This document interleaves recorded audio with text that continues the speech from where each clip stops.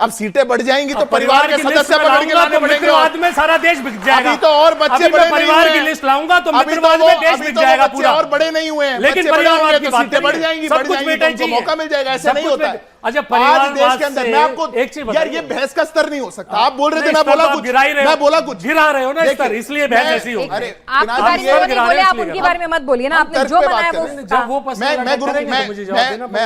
Attack क्या कर रहे हैं? परिवारवाद नहीं है समाजवादी पार्टी, भारतीय जनता पार्टी में नहीं है, भारतीय जनता पार्टी में नहीं है। सवाल होते हैं सर, उनसे भी सवाल होते हैं सर। राजनाथ सिंह के बेटे को जब संगठन में शामिल किया गया तो उनसे भी सवाल हुए। ऐसे हाँ तो सवाल हुए सर, सवाल हुए, सवाल हुए सर, सवाल हुए सर, सवाल हुए। ऐसा नहीं है अब आप आंख पे पर्दा डाल लेंगे, ऐसा नहीं है। सवाल हुए नहीं, सवाल वही सवाल हुए, आपने कहा समाजवादी पार्टी का एक सांसद लोकसभा में चुन के गया, लोगों से चुन के भेजा उसे। सर इनका भी वहीं से चुन के जाता है। मैं राज्यसभा में बैठ सकता। मैं चाहता हूं कि डिबेट का एक स्तर ऐसा रहे, आप दर्शक समझ पाए क्यों डिलिमिटेशन जरूरी है। मैं गुरुग्राम में रहता हूं, 30 लाख आबादी हो चुकी है। उस लोकसभा में एक सांसद है, 30 लाख पर एक। गुरुग्राम शहर में 2 विधायक हैं, 15 लाख आबादी हो चुकी है। 7 लाख 7.5 लाख पर एक विधायक। एमपी लैड का जो फंड आता है एक सांसद को 5 करोड़, 30 लाख पर 5 करोड़। क्या काम करवाएंगे हम? क्या रिप्रेजेंटेशन होगा? जनसंख्या के हिसाब से जो पिछला फॉर्मूला था, 2 लाख पर एक विधानसभा होनी चाहिए। वो विधानसभाएं बढ़कर के प्रतिनिधित्व बढ़कर 6 होना चाहिए। ये टेक्निकल बात है और ये ऐसी चीज है जो देश के, ये ऐसा ही दिल्ली में होना चाहिए, ऐसा ही उत्तर प्रदेश में होना चाहिए, ऐसा ही तमिलनाडु में होना चाहिए, ऐसा ही आंध्रा में होना चाहिए। अरे प्रतिनिधित्व बढ़ाने पड़ेंगे, संसद में उनकी आवाज उठानी पड़ेगी, तब जाकर के देश चलेगा। पर ऐसा नहीं है। अखिलेश जी के बेटे अभी चुनाव नहीं लड़ सकते तो नहीं बढ़ेगा। दिक्कत नंबर बढ़ाने से नहीं है, उन्होंने दिक्कत नंबर बढ़ाने से नहीं है। नहीं, उन्होंने तो साफ बोला सीटें बढ़ाकर क्या होगा। सिर्फ सीटें बढ़ाने से कुछ नहीं। आप सिर्फ बात कहिए, सीटिंग के साथ अगर नियत साफ है तो थोड़ी क्लैरिफिकेशन और दे दीजिए कि भाई 15 लाख पे एक होगा, ठीक है।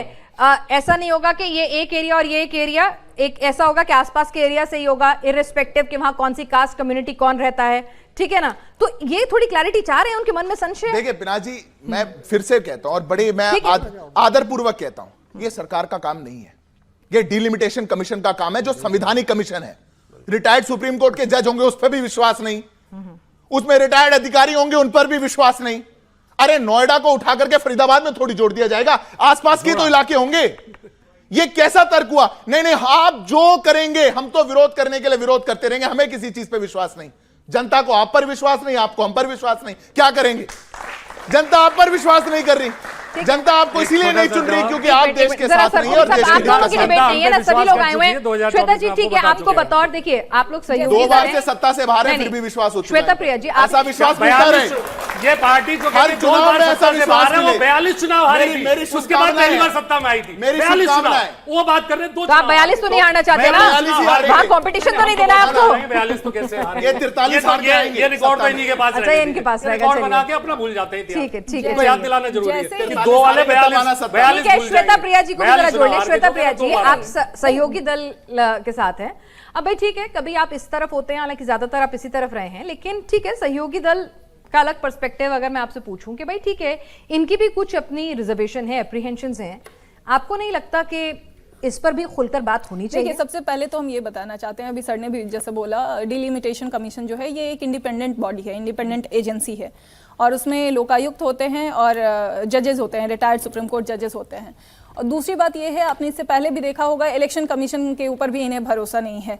ये ऐसे ऐसे सवाल उठाते हैं जिसमें कॉन्स्टिट्यूशनल बॉडी के ऊपर ये सवाल उठाते हैं। सबसे बड़ी बात तो ये है, लोगों का विश्वास उसमें कम करने की कोशिश कर रहे हैं, और संवैधानिक चीजें अगर इस तरीके से देखा जाए तो ये करने की कोशिश कर रहे हैं। दूसरी बात, इन्होंने बहुत बार कोई प्रावधान नहीं है कि भाई, मतलब मैं पूछ रही हूँ, मतलब ऐसी भी सुगबुगाहट लगती है कि भाई आप अगली बार से जब परिसमन करना होगा तो 2/3 जरूरत नहीं होगी, क्यों नहीं? फर्दर मतलब उसको आप जो नॉर्मल मेजोरिटी होती है, नहीं 2/3 अगर कॉन्स्टिट्यूशन ऐसा नहीं हो सकता। ये कॉन्स्टिट्यूशनल जो भी अमेंडमेंट्स होंगे उसमें 2/3 जो भी प्रेजेंट मेंबर्स होंगे उनका वोट जरूरी होता है। तो ऐसा कुछ नहीं है, नहीं ऐसा कुछ भी नहीं है। रही दूसरी बात, हम ये जैसे बोलते हैं कि सरकार ने क्या किया, तो सरकार ने अच्छे कामों में अगर गिनवाना चाहे तो बहुत सारे हैं, लेकिन जिससे सारे लोग अग्री करेंगे वो सबसे पहले तो 370 है, जो कि अपने देश को जोड़ने का काम किया है, जो 370 का क्लॉज 3 था उसे हटा के।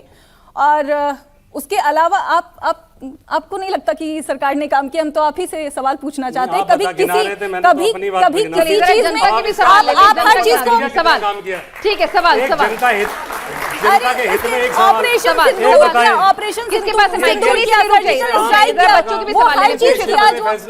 हर चीज किया जो आप लोग नहीं कर पाए, जो आप लोग करने का सोच भी नहीं। चलिए ठीक है।